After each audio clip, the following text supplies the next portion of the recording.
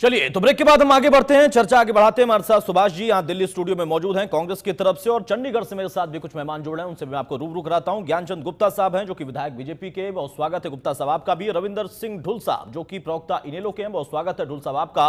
और नरेश कौशल साहब वरिष्ठ पत्रकार हमारे साथ हैं, उनसे भी जानेंगे समझेंगे, बहुत स्वागत है कौशल साहब आपका। सबसे पहले सुभाष चौधरी जी मैं आपसे शुरुआत करता हूं। एक लंबे समय से आप देख रहे हैं तमाम तरह की चीजें, जो सवाल हम खड़े कर रहे हैं। उपद्रव जब हुआ उसके बाद सवाल खड़े हुए, उसके बाद प्रकाश सिंह कमेटी का गठन हुआ, आपने हमने हर एक ने सवाल खड़े किए और हर बार एक ही जवाब निकल कर आता था कि जरा रिपोर्ट आने दीजिए फिर हम बात करेंगे। आज उसी प्रकाश सिंह कमेटी पर, उस व्यक्ति पर सवाल खड़े हो गए, आज उस कमेटी की अहमियत पर सवाल खड़े हो गए। आखिर क्यों इस तरीके का दौर देखना पड़ रहा है? उसकी अहमियत पे ही सवाल खड़े नहीं हो गए, बल्कि उसकी वैधता पे भी सवाल खड़े किए। अभी चौधरी बीरेंद्र सिंह ने कहा कि वो कमेटी एक्ट के तहत नहीं बनाई गई, सिर्फ जानकारी जुटाने के लिए बनाई गई। लगता है ऐसा है कि प्रकाश सिंह कमेटी जो है गले की हड्डी बन गई बीजेपी सरकार के लिए। ना निगले बनता है ना उगले बनता है।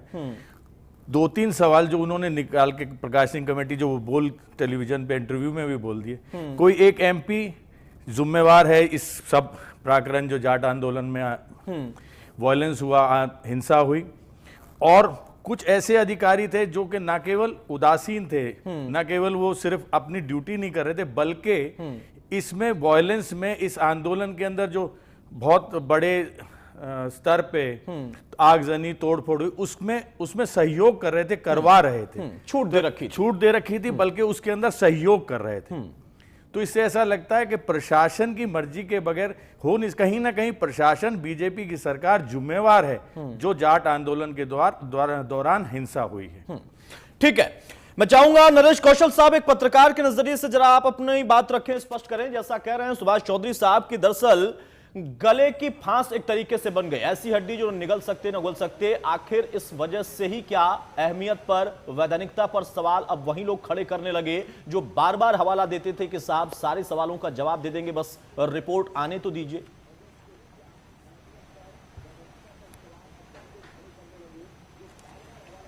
देखिए अपनी सवाल ये है कि भारतीय जनता पार्टी की सरकार, या ये कहिए कि मुख्यमंत्री की नीयत कैसी है, पहली बात तो ये है। तो मेरा अपना मानना यह है कि अगर कमेटी बनाई गई है तो सरकार ने एक बहुत बड़ी चुनौती तो स्वीकार की कम से कम, और ऐसी भावना जो चीफ मिनिस्टर की मिलती है कि वो निष्पक्षता से काम करना चाहते हैं, और जो जिम्मेदार हैं उनको they want to bring them to the books. लेकिन वो एक अच्छे इंसान तो हैं, एक अच्छा प्रशासक होना या एक अच्छा राजनीतिज्ञ होना वो अलग बात है। अब देखिए इस रिपोर्ट में दो तीन बातें इंपॉर्टेंट हैं, दो तीन बातें इस रिपोर्ट में खास हैं जिस वजह से ये समस्या गले की हड्डी जो अभी कहा गया है वो क्यों है। एक तरफ तो है अफसरशाही, एक तरफ है भारतीय जनता पार्टी के अपने ही कुछ नॉन जाट लीडर, ठीक है, और दूसरे भारतीय जनता पार्टी के और दूसरी पार्टियों के जाट लीडर। प्रकाश सिंह जी की जो कमेटी है उसने इन तीनों तरह के, तीनों वर्गों के लोगों को चिन्हित किया, आइडेंटिफाई किया। अब सरकार चलानी है तो ब्यूरोक्रेसी को तो साथ लेके चलना होता है। बिल्कुल। और ब्यूरोक्रेसी एक ऐसी चीज है, खास करके जो सर्विसेज हैं, आईएएस या आईपीएस, आप एक ऑफिसर को हाथ डाल लो तो ये समझिए कि मधुमक्खी के छत्ते को हाथ डाल लिया आपने। ये कोई आसान काम नहीं है किसी आईएएस ऑफिसर को या अभी आप देखें पिछले दिनों में एक आईजी रैंक को सस्पेंड किया गया था और फिर तकनीकी कारणों से उसको बहाल कर दिया गया। तो ऐसी बातों में ये एक धर्म संकट, एक उस ईमानदार और अच्छी नीयत के व्यक्ति के लिए धर्म संकट ये खड़ा हो गया कि वो राजनीति है, राजनीति को कैसे चलाए, ये उसके लिए दूभर हो गया है। अब उसके लिए तरह तरह के ये अपने ढूंढ रहे हैं कि कारण कि ऐसा है, ये कमेटी जो बनी है ये संवैधानिक रूप से सही नहीं थी, ये फलां था, ये आउट नहीं करने की जरूरत है। तो ये बातें जो है ये बाद की सोची हुई बातें हैं। अच्छा होता कि सलाह देने वाले मुख्यमंत्री को, जो पुराने कांग्रेस के गए हुए घाघ पॉलिटिशियन रहे हैं, उनको चाहिए था कि उनको समझाते हैं कि स्वामी जी हाँ, जी, कमेटी का ये गठन करने से मुख्यमंत्री पहले का ही जो समझा पद है, देते तो इस शायद तरह ये से स्थिति चलता नहीं है। आती। वहीं बात जैसा सुभाष चौधरी साहब कह रहे थे कि दरअसल गले की फांस बन गई, और जैसा कौशल साहब एक पत्रकार के नजरिए से बता रहे हैं कि ईमानदार छवि पर हम कोई सवाल उठा नहीं सकते, जो नियत है मुख्यमंत्री की उस पर हम सवाल नहीं खड़े कर रहे, लेकिन आज सरकार चलाना है, राजनीति करनी है, तो उसमें वो सारी दिक्कतें सामने आ रही हैं जिनके बारे में शायद पहले विचार नहीं हुआ। ढुल साहब, इनेलो की तरफ से आपकी क्या राय है, उसके बाद ज्ञानचंद जी से हम जानेंगे क्या असल में नजरिया इस वक्त बीजेपी का है, क्योंकि विरोधाभास उन्हीं में सबसे ज्यादा है। ढुल साहब। जी अतुल, देखिए एक बात तो है इसमें, इन्होंने प्रकाश सिंह कमेटी का ऐसा मजाक बना दिया है कि आप बैठ करके, विपक्ष बैठ करके सिर्फ हंस सकता है या फिर हरियाणा के दुर्भाग्य के ऊपर रो सकता है। आप इस चीज को देखिए, हमने बिल्कुल शुरुआत में पॉइंट आउट कर दिया था कि कमीशन ऑफ इंक्वायरी एक्ट जो है उसके अंदर इसका गठन नहीं हुआ है। ठीक है, गठन हुआ है केवल गृह सचिव के साइन किए हुए एक एग्जीक्यूटिव ऑर्डर से। उस एग्जीक्यूटिव ऑर्डर की कोई लीगल वैलिडिटी नहीं है। रीजन बीइंग, क्योंकि जो एविडेंस ये कलेक्ट कर रहे हैं, ना तो इसको प्राथमिक सोर्स माना जा सकता है, ना ही इसको सेकेंडरी सोर्स माना जा सकता है। किसी भी कोर्ट में ना इसे आप प्रूव कर सकते हैं, ना ही इसको आप उपयोग कर सकते हैं। तो मुझे समझ नहीं आता कि ये जो एक्सरसाइज इन्होंने की है इतने दिन, इस एक्सरसाइज से कानूनी रूप से ये दिखाना क्या चाहते हैं। वो बात अलग है कि ये आप चिन्हित कर सकते हैं, 90 अफसरों को चिन्हित कीजिए, अब 80 अफसरों को चिन्हित कीजिए।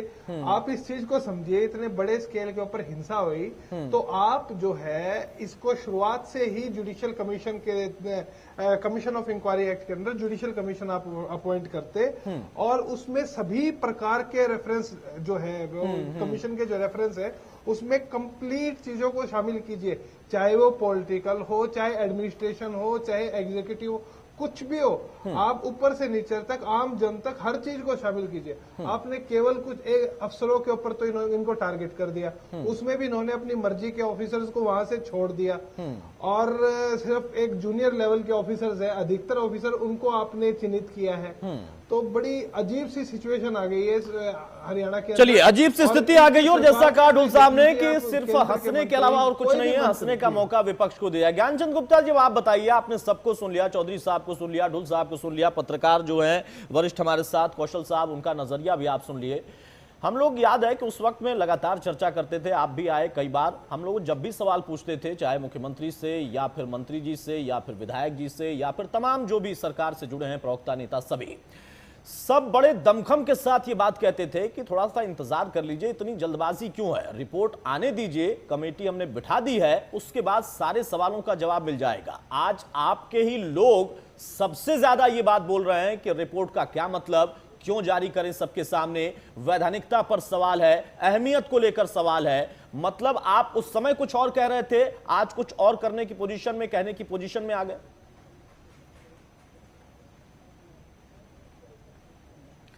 देखिए अतुल जी, हम जो पहले कह रहे थे वो अभी कह रहे हैं। हमने पहले कहा था कि ये जो प्रकाश सिंह कमेटी जो है, इसका गठन एक स्पेसिफिक अधिकारियों और कर्मचारियों की भूमिका इस एजिटेशन के अंदर क्या रही है, वो क्या उन्होंने अपनी जो भूमिका है, जो अपनी ड्यूटी है, वो सही ढंग से निभाई है या नहीं निभाई है, ऐसे विषयों को लेकर के प्रकाश सिंह कमेटी का गठन किया गया था। और जिस प्रकार से इस कमेटी ने हरियाणा प्रदेश के उन सभी जिलों का जहां जहां पर भी आगजनी हुई, जो घटनाएं हुई, वहां जाकर व्यक्तिगत रूप से बातचीत करके उनसे जो वहां की घटनाएं हुई हैं उनकी जानकारी ली है, और उस जानकारी के पश्चात जो जो लोग दोषी थे, जो जो लोग उस पर जिन्होंने ड्यूटी के अंदर कोताही की, उन लोगों को पॉइंट आउट किया है, उन लोगों के खिलाफ कार्रवाई करने का सिफारिश की है। गुप्ता साहब, आपकी सारी बातें मैं समझ गया, मुझे एक बात का जवाब दे दीजिए कि आप ही के लोग कह रहे हैं कि इस कमेटी की जो रिपोर्ट है उसकी कोई वैधानिकता नहीं है, तो आखिर इन्फॉर्मेशन लेकर क्या करेंगे? बात सुन लीजिए, मैं सुनूंगा, सबकी बात सुनूंगा, लेकिन आप बता दीजिए। अतुल जी, एक मिनट पहले पूरी बात सुन लीजिए, एक मिनट पहले पूरी बात सुन लीजिए। देखिए अतुल जी, पहली सरकार है जिसने कमेटी की रिपोर्ट को उसने लागू किया और जो कमेटी की रिपोर्ट आई है उसके ऊपर कार्रवाई शुरू की है। आज सैकड़ों आयोग बने, सैकड़ों कमेटियां बनी, सालों साल कमेटियों की रिपोर्ट नहीं आई। इतनी जल्दी किसी कमेटी की रिपोर्ट आई है तो वो प्रकाश सिंह कमेटी की रिपोर्ट आई है। और प्रकाश सिंह जैसे व्यक्ति के ऊपर किसी भी प्रकार से कोई भी व्यक्ति, मैं समझता हूं कि जो उनका कैरेक्टर रहा है, जिस प्रकार से उन्होंने अपनी ड्यूटी की है, जिस प्रकार से वो ऑफिसर रहते हुए उन्होंने अपने कार्य का निर्वाह किया, उनके ऊपर कोई उंगली उठा नहीं सकता। क्यों नहीं उठा सकता? आपके लोगों ने उंगली उठाई है साहब। चौधरी साहब ने, कौशल साहब ने, ढोल साहब ने सवाल नहीं उठाया है, आपके लोगों ने उंगली उठाई है। अरे साहब, आपके लोगों ने, वीरेंद्र सिंह साहब ने उंगली उठाई है। विज साहब कह रहे हैं हवा में गुगली फेंक रहे हैं। हमने कहा हमारे लोगों ने कहा कि देखिए जब भी नहीं देखिए उधर से इन लोगों की तरफ से अब उंगली उठ रही है, लेकिन पहले आपने उंगली उठाई है, आपके लोगों ने उंगली उठाई है। इसको सार्वजनिक करने की जरूरत होगी, जिस भी समय पर इसको सार्वजनिक करने की आवश्यकता होगी हम सार्वजनिक करेंगे। जहां पर कार्रवाई की आवश्यकता होगी, इसी बात का अंतर पड़ जाता है सर, इसी बात का अंतर पड़ जाता है कि सरकार जब जो जरूरी समझती है वही करती है। जनता का भाव क्या है, जनता की उम्मीदें क्या है, विपक्ष क्या कह रहा है, क्यों हम पहलू को लेकर के आखिर आप उसका सही जवाब क्यों नहीं देते? ज्ञानचंद गुप्ता जी, ज्ञानचंद गुप्ता जी, आपकी सारी बातों से मैं सहमत हूं, मान लिया मैंने, सारी बातें आप सही कह रहे हैं। मेरे एक सवाल का आपने जवाब नहीं दिया। आप कह रहे हैं उंगली हम उठा रहे हैं, हमने कहां उठाया? हमारे यहां इंडिया न्यूज हरियाणा पर कल इंटरव्यू पहला था। इंडिया न्यूज हरियाणा संपादक रोहित सावल सवाल पूछ रहे थे, मीडिया भी लपेटे में आया। प्रकाश सिंह ने सीधे तौर पर कहा कि साहब इतना हवा मत दीजिए, इसको मीडिया ट्रायल मत कीजिए, हम नहीं कर रहे हैं, हम सिर्फ इतना कह रहे हैं कि खुद प्रकाश सिंह कह रहे हैं कि रिपोर्ट सार्वजनिक कर दे, सब दूध का दूध पानी का पानी होगा। अब आप उन पर सवाल खड़े कर रहे हैं और तब हम जब पूछें तो आप फिर हम पर सवाल खड़े करिए। सवाल आपने खड़े किए हैं। विज साहब को बताइए, शिक्षा मंत्री जी को बताइए, वीरेंद्र सिंह साहब को बताइए, चौधरी साहब तो सुन ही रहे हैं, जो आप बताएंगे हम सुनेंगे। ठीक है, बाकी लोगों को भी सुनेंगे। एक छोटा सा ब्रेक लेते हैं, ब्रेक के उस पार तमाम सवालों को और जरा टटोलेंगे कि दरअसल क्या स्थिति है और क्यों आखिर वाकई गले की फांस बन गई ये कमेटी, ये रिपोर्ट।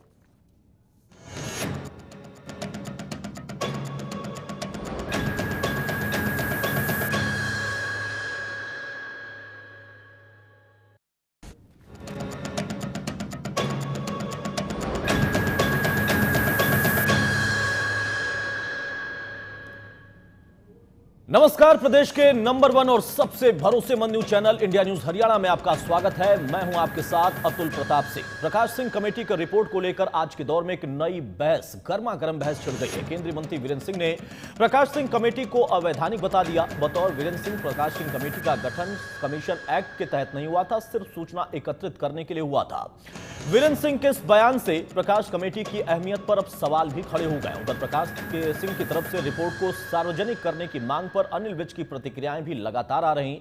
बतौर अनिल विज, ये फैसला रिपोर्ट की समीक्षा करने के बाद सरकार को लेना है, लेकिन अनिल विज प्रकाश सिंह को यह नसीहत देने से भी नहीं चुके कि अगर किसी ने उन पर दबाव बनाया तो उनके नाम बताएं, क्यों हवाई आरोप लगा रहे, क्यों गुगली फेंक रहे। दरअसल इंडिया न्यूज हरियाणा को दिए एक्सक्लूसिव इंटरव्यू में प्रकाश सिंह ने अनिल विज से रिपोर्ट सार्वजनिक कराने की मांग कराई थी। उधर इस बयानबाजी के बीच में रिपोर्ट को सार्वजनिक करने को लेकर सरकार में भी एक राय नहीं है। एक तरफ कैबिनेट मंत्री रामविलास शर्मा ने वक्त आने पर रिपोर्ट सार्वजनिक करने का बयान दिया, वहीं अनिल विज अभी भी कहते हैं कि गोपनीयता और सुरक्षा के मद्देनजर रिपोर्ट को सार्वजनिक नहीं करना चाहिए। इधर केंद्रीय राज्य मंत्री राव इंद्रजीत सिंह भी रिपोर्ट को सार्वजनिक करने के हक में है। विपक्ष है कि लगातार इस रिपोर्ट को सार्वजनिक कराने पर एकजुट नजर आता है। बड़ा सवाल यह है कि जो रिपोर्ट इस वक्त में सबके सामने होनी चाहिए या नहीं होनी चाहिए, उसको लेकर किस तरीके से लगातार आपस में ही विरोधाभासी बयान आ रहे हैं और किस तरीके से विपक्ष अपने हमले तेज कर रहा। और जैसा आपने सुना कि बाकायदा हुड्डा साहब ने आपात बैठक बुला ली है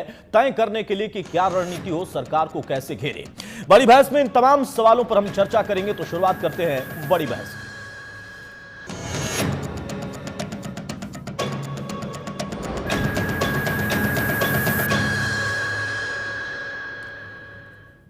कुछ सवालों के साथ हम चर्चा को आगे बढ़ाएंगे। प्रकाश कमेटी की रिपोर्ट की अहमियत कितनी है आज के दौर में, गर्मा गर्म बहस वाला एक सवाल यह भी हो गया है, क्योंकि बाकी कोई और नहीं, किसी विपक्षी दल ने नहीं बल्कि खुद अपने लोगों ने सवाल खड़े कर दिए। जिस रिपोर्ट का बार बार हवाला दिया जा रहा था जब जांच चल रही थी, आज अचानक से उसकी अहमियत पर सवाल क्यों खड़े हो रहा है। दूसरा सवाल हमारा है, प्रकाश सिंह पर अनिल विज के आरोपों में कितना दम है, क्योंकि गुगली फेंकने की बात थी। फिर इंडिया न्यूज हरियाणा से एक्सक्लूसिव इंटरव्यू के दौरान जब हमने सवाल पूछा इंडिया न्यूज हरियाणा संपादक रोहित सावल ने, तो प्रकाश सिंह ने कहा था कि विज साहब मुझे न बताएं कि गुगली क्यों फेंकी जाती है और कैसे फेंकी जाती है, उनका काम तो यह होना चाहिए कि वो रिपोर्ट को सार्वजनिक कराने की कोशिश करें। लेकिन फिर से विज साहब ने कहा कि क्यों हवाई बातें हो रही हैं। तो यह दूसरा अहम सवाल। और तीसरा अहम सवाल कि रिपोर्ट को सार्वजनिक करने को लेकर सरकार के अंदर ही आखिर विरोधाभास क्यों है, क्यों अलग अलग सुर दिखाई दे रहे हैं कैबिनेट मंत्रियों के, केंद्रीय मंत्रियों के, राज्य मंत्रियों के। मुख्यमंत्री साफ कह चुके कि रिपोर्ट सामने नहीं आएगी, कोर्ट में जाएगी, लेकिन फिर बयानबाजी की गुंजाइश कितनी रह जाती है। तो बड़ी बहस की हम शुरुआत करें उससे पहले हम आपको सुनाते हैं कि दरअसल केंद्रीय मंत्री वीरेंद्र सिंह का वो बयान क्या था जिसमें उन्होंने प्रकाश सिंह कमेटी को गैर वैधानिक बताया। दूसरी तरफ केंद्रीय राज्य मंत्री ने रिपोर्ट सार्वजनिक करने का समर्थन कैसे किया।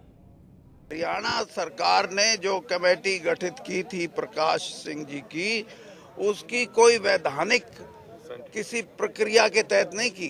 लीगल जैसे कमीशन एक्ट होता है या ऐसे होता है, वो it was a committee constituted by Haryana government to collect certain facts so that they can be equipped with more information. 3 आदमियों की कमेटी बेहतर होती है, और एक कमेटी अगर करी है, उसने रिपोर्ट अभी तक जिसकी सार्वजनिक नहीं हुई है, उसके ऊपर टिप्पणी मैं नहीं करना चाहता।